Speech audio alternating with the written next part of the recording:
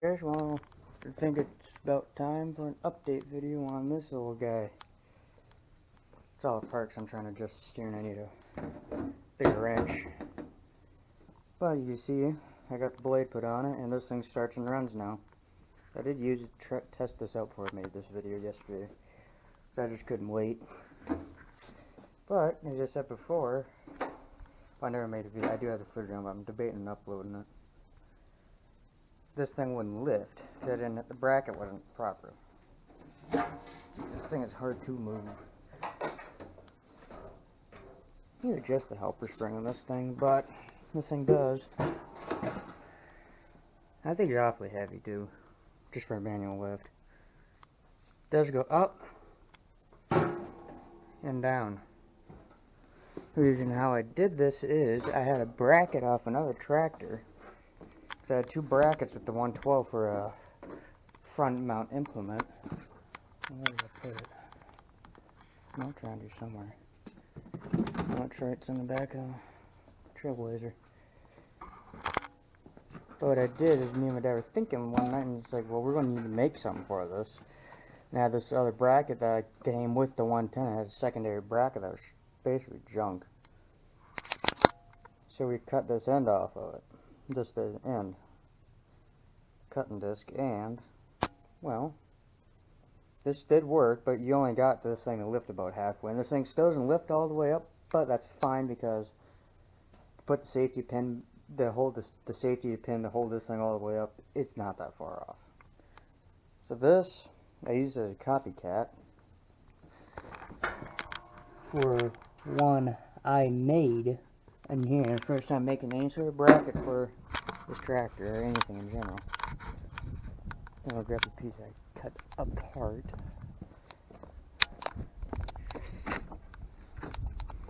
It's right here. It was a fairly long piece, so we cut it off. This is basically, this wasn't good to begin with, so someone covered all of it up with a stick welder. So I'd use it as a copycat, because if I were to drill another hole, it would put this really thin piece of steel between these holes, and it wouldn't work too well.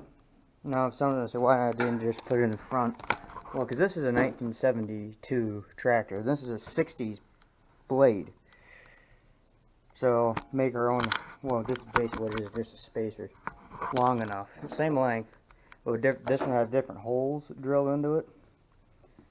So it works better for this machine. So this blade still functions. You can put it on a 60s square fender tractor. So, that's the tale of the 60s blade on a 70s tractor. Make your own bracket. What you're going to have to do is, so you cut this off about like that. You're going to have to grind, you have to cut this corner off. And you have to grind this back piece down on this one.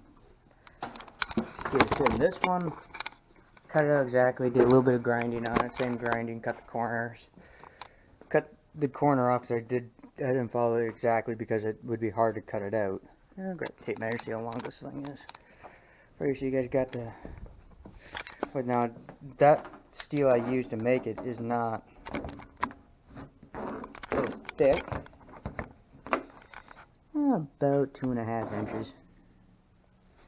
And this thing a long ways is, but what? 1.2 inches, inch and a quarter. That's about all you need, really. Just chunk of steel and cut it out. Don't use a cutting torch to cut this out, you will destroy it. Use basically like a cutting disc or something. Yeah, keep this as a copycat. We were thinking of actually welding this back again and keep it as a spare. The deck's sitting back there. And let's go test it, because I got a pile of grass clippings from a couple years back behind our fence, and I want to push those down the hill a little bit. So we're going to take this guy, and there is an issue. If anyone has a good set of wheel weights for a 100 series or 200 series John Deere, get in contact with me. I'll put my email in the description, this thing needs some more weight in its rear end. I'm not enough. I'm not very heavy to begin with, but I need some weight to counteract this, how heavy that thing is. So we're just gonna that there. I gotta put this guy. I just moved a pile of wood. That's why. I take the blade off because we tried to move a pile of wood to this thing last night down in the pond, and well, not into the pond, but on the top of the hill down to the pond. I got stuck because this hangs a little low and it hides center right in here. Alright, PTO sheets are back in. Get the gas turned on. This is now a push button start because we did fix the electric issue. We're not taking this all apart to show you, but we did. There's the hot post on the solenoid. Made our own wire and the fuse wire. Put it up to this push button, then back down to the green wire, another post that energizes the solenoid. So this thing starts and runs, and a new fuse. It goes on the battery tray. Bigger, it's a heavier duty fuse, 30 amps instead of 25 or 20. So now, this thing is still warm. Turn the key, hit the button. Make sure it's in neutral. Right down this side, we got a little more room, and give her some gas. I clean my wrenches out of there too. Ready, and on you.